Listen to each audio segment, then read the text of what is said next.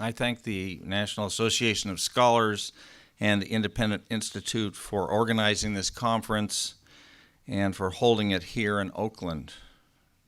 I especially appreciate the opportunity to speak about how reproducibility is essential to combating Lysenkoism in environmental epidemiology. I'm going to focus on the 2018 EPA Transparency Rule, formerly known as Strengthening Transparency in Regulatory Science.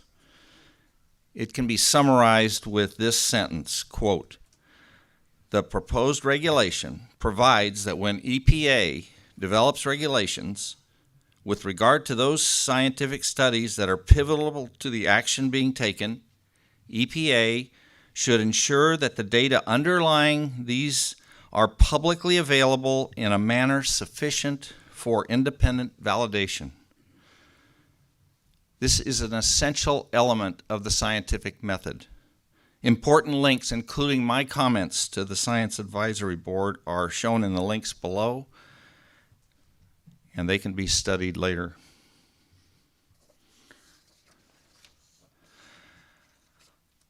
I'm going to show how current U.S. environmental epidemiology is related to Trofim Denisovich Lysenko. This Soviet agronomist destroyed agriculture in the Soviet Union and caused starvation by promoting false plant genetics and by suppressing honest scientists with the help of Joseph Stalin.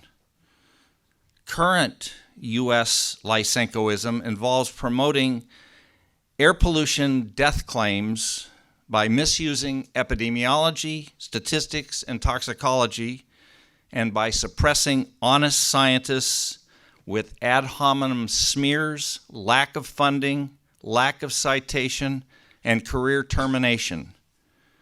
I've experienced all of these tactics during the past 17 years. In fact, I consider it an act of God that I am able to still have any scientific credibility and that I am able to speak to you today. The specific example of environmental Lysenkoism that I want to focus on is fine particulate matter, PM 2.5. It's defined by size less than 2.5 microns in diameter. It comes mainly from combustion, forest fires, diesel engines, manufacturing. EPA established the 1997 annual National Ambient Air Quality Standard, known as NAAQS, for PM 2.5 as 15 micrograms per cubic meter. It was subsequently lowered to 12. It's based mainly on one 1995 American Cancer Society secret science epidemiology claim that PM 2.5 causes premature deaths. The PM 2.5 NAAQS has been used to justify many EPA regulations that have multi-billion-dollar economic impacts in the United States. State implementation plans, air quality management plans, something here in California known as the CARB truck and bus regulation.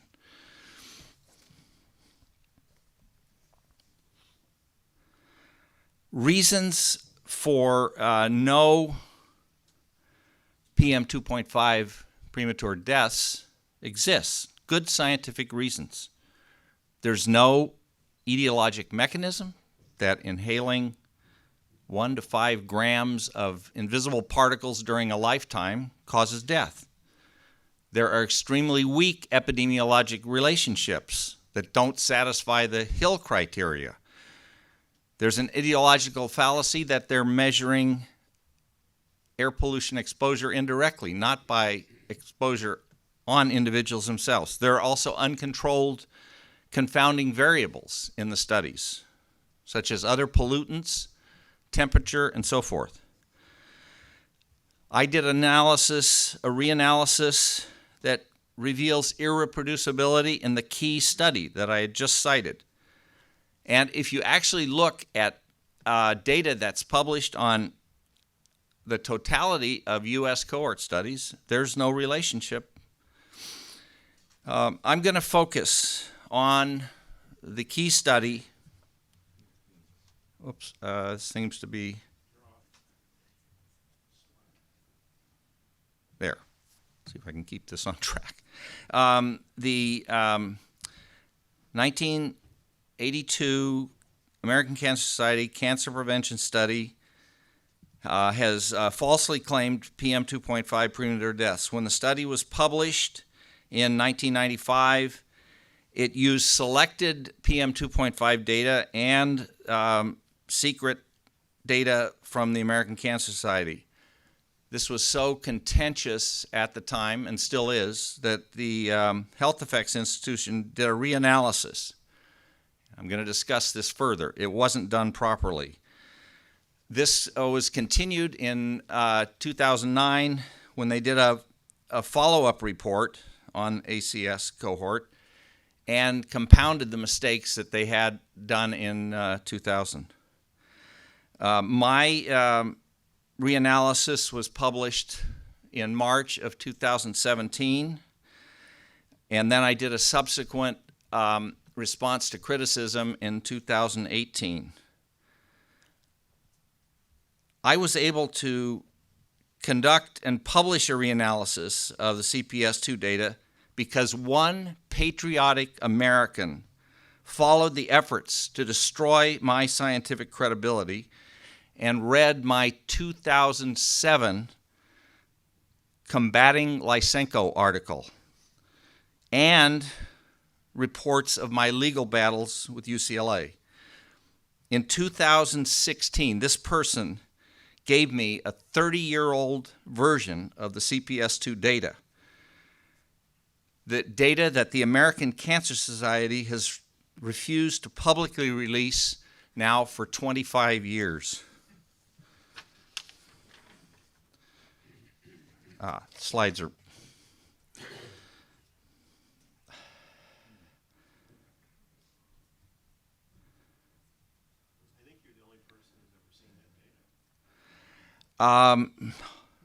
Okay, sorry, this is, excuse me for this, it's just bumping here. Okay, basically the problem is started with the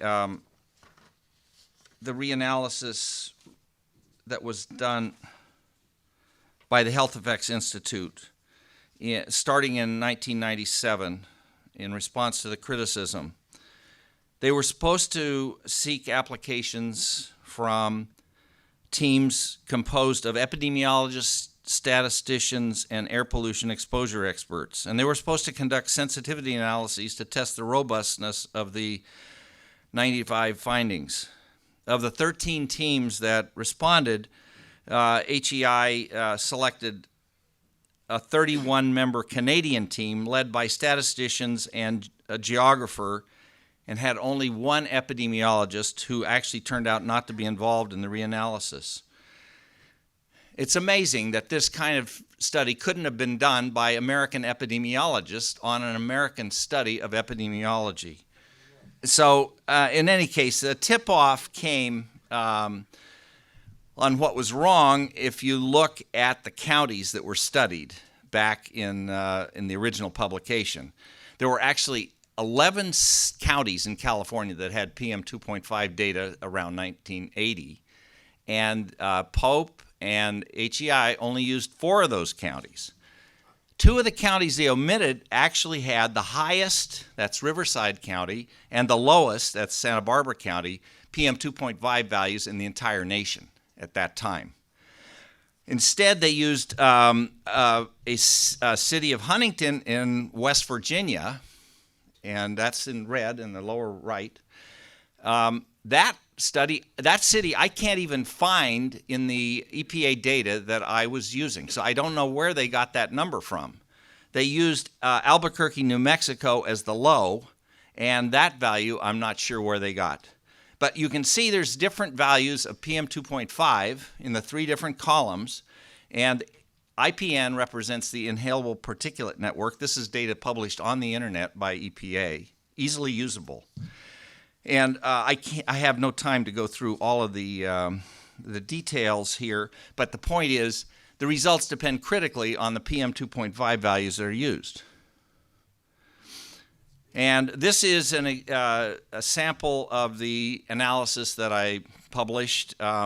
If you use the IPN data from EPA and use it for the 50 counties that were originally used in the 95 study, and 3 of those values I can't find, so it actually reduces down to 47 counties. You see that the value that I get is 1.02, which is not statistically significant.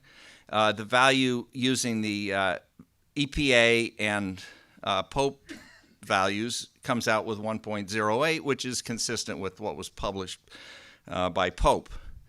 The middle value is actually data that's in the reanalysis report that was never used by the reanalysis people, and it actually agrees with my findings. So they could have easily shown this difference. If you break it into the Ohio Valley states and the other remaining states in the United States, you don't get a significant relationship with any of these PM 2.5 values. This was another tip-off that my reanalysis, that I was actually using genuine data from the American Cancer Society. This was a special analysis done in 2010 at the request of a group of California businessmen, all impacted by the PM 2.5 regulations. If you look at just the 4 counties in California, you actually wind up with an inverse relationship. The relationship is 0.9, roughly, in relative risk. And that agrees basically with what I found. Those are the numbers that are all shown. So in summary, my reanalysis was done with strict confidentiality. This is an issue that keeps repeatedly being brought up, why you can't do transparency, you can't release underlying data. I've had this data now for 4 years. I haven't violated a single subject's confidentiality, and I never will.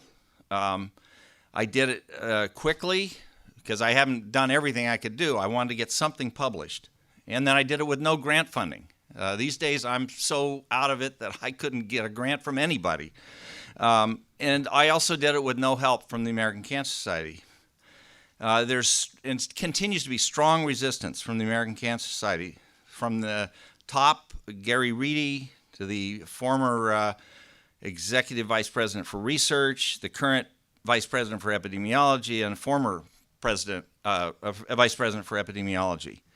And they oppose the transparency rule for invalid reasons. There's a statement written they wrote in 2013. They basically disown me, but they don't say I'm wrong. And they refuse any cooperation at all. And by the way, a lot of people don't realize they have 2 other cohorts they could analyze to basically replicate the original findings. These are known as the 1992 CPS2 nutrition cohort and the 2006 CPS3 cohort, much more recent than using data from 1982. Now I want to switch briefly to the second major study that was used to justify the PM 2.5 NOx. This was the Harvard 6-city study. There was a subpoena issued in 2013 by the House Science Committee for both the ACS and the Harvard 6-city study data. Believe it or not, the Harvard people actually did release a somewhat defective version of this data, highly de-identified, and I was able to obtain it from the House Science Committee. It's also possessed by Harvard and presumably by EPA, although they've never, as far as I know, ever admitted they have it. And I put 5 data points from this. They use something called the Anderson-Gill format, where it's done by person years. Each person year is a record. You couldn't possibly identify a human being from those numbers. You can see that these particular subjects are from the city of Topeka. And then if you look at their paper published in 2012, LaPoule paper, even in their own table 2, they show no significant effect since 1991. See, the numbers for starting 92 and 2001 are consistent with no effect. It's only if you integrate all the way back to 1974 that you get an effect. Of course, which numbers are you going to choose? Now, this was done by a group of UCLA graduate students with expertise in statistics, and they did it on my behalf, put together 8 U.S. cohorts, and find basically a no effect, 1.01 for the meta-analysis summary relative risk. They also did this for 6 California cohorts, including the one I published in 2005. Again, this is exactly 1.00. It's not even close, and it either by the fixed effects or the random effects meta-analysis, it comes out 1.0. Now, I was wondering why is the EPA's policy assessment coming to different conclusions? Well, this involves what I call gross falsification. If you look at the author citations just by their last name, and I put on here the currently ongoing, I call it 2019 policy assessment, and also the 2011 policy assessment. If you look at the positive air pollution effects authors, and I totaled up 45, there's 710 citations for them, most of them based or connected in some way with the Harvard T.H. Chan School of Public Health, including Pope, Samet, and Schwartz, 3 of the key principal players in this whole saga. Now there's an emerging group of Canadian investigators. Suddenly we switch from the United States evidence to North American evidence. So somehow Canada jumps in to be part of the United States. And then there's ACS and California investigators. You look at the null effects authors like myself and this guy. We're at 10 citations, okay? And the same thing was true in 2011. If you look at the current CASAC members, there are even fewer citations, including none in 2011. So I was concerned enough to write the EPA Scientific Integrity.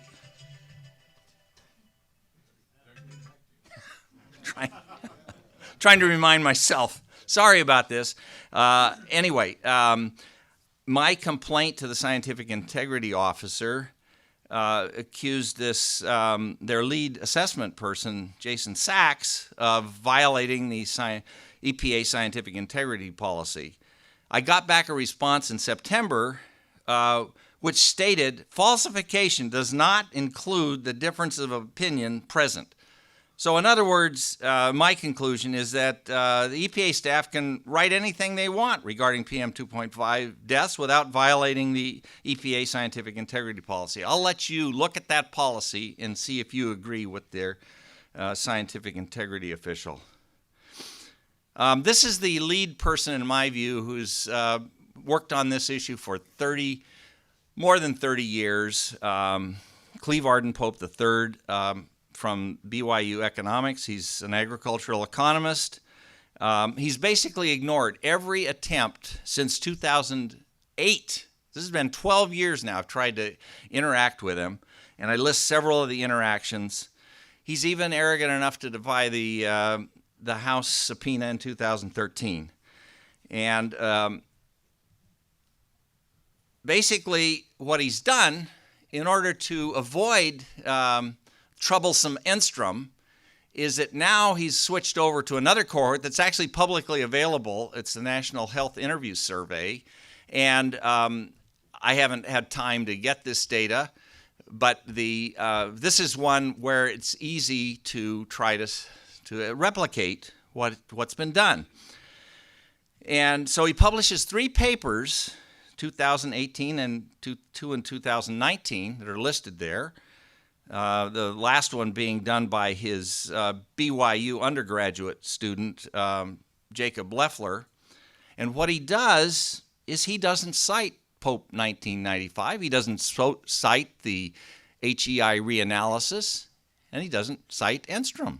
So, I don't exist, and my reanalysis doesn't exist, and he doesn't feel any shame in just falsifying the research record. I have tried to reach his student, who's up the road about 13 miles, currently in the Berkeley Agricultural Economics Department as a PhD student. He's refused to respond to about 6 different requests I've made, including an invitation to this meeting, because I believe there's an error in his paper where they come up with a positive relative risk of 1.1, whereas the first person that published on this from CDC, Parker, found an insignificant relationship of 1.02. So that's something that needs to be resolved. Now this becomes maybe the most fascinating part of my talk. This is a JAMA editorial called A Viewpoint that came out 2 weeks ago, January 23rd. During that week, there were some very important meetings going on at EPA, and 2 people in this room were part of that meeting. This guy and the next speaker, Dr. Tony Cox. So I believe the timing was deliberate. And this, again, is about the flaws of the transparency rule. And in this paper, they cite the HEI reanalysis as, a way to deal with this. You don't have to give people like me underlying data, just have HEI do the underlying data. But surprisingly, 3 years after I published it, they don't cite my reanalysis. So this is the kind of thing that goes on even at the top level. Okay, Feinberg had just published a National Academy of Sciences report on reproducibility a few months ago.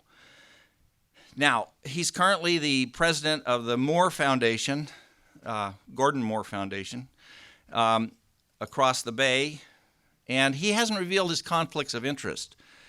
That ties with the Harvard T.H. Chan School of Public Health going back into the 80s. He was a professor there, became dean in 1984, became provost of Harvard in 1997.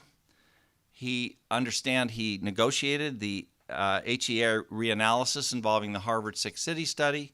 He still has a current courtesy appointment. And I wrote to him, and he actually responded, but basically, yeah, so what? You have your opinion, and I'm not going to bother with you, because I've tried now to see what more we can do on getting this whole issue resolved. And it's not going so well. Now, I have some proposed actions that I believe that we can take, and we can take these right now if there's some courageous people in the audience.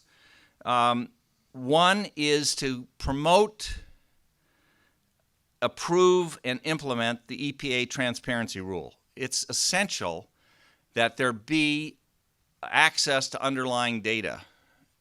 And this man agrees with me. We've been fighting this as lonely battles for many years. Now it's not so lonely. We've got EPA on our side, which wasn't true 4 years ago. And so another is to reanalyze all the cohort studies. We've done this, but there's some other points here that are going to be difficult to accomplish in getting cooperation from the authors or getting peer review comments. But these at least can be requested. And my view is that you do not approve the policy assessments of EPA until these things are done. They just should not be approved. And that can be also requested. Final is to request funding from Feinberg and see if he will cooperate on this. He could easily fund this with the billions of dollars that the Moore Foundation has. So that's another test to see whether this can be done. So overall, I want to thank you again for allowing me to speak and for hopefully pushing forward on some of these action items. Thank you very much.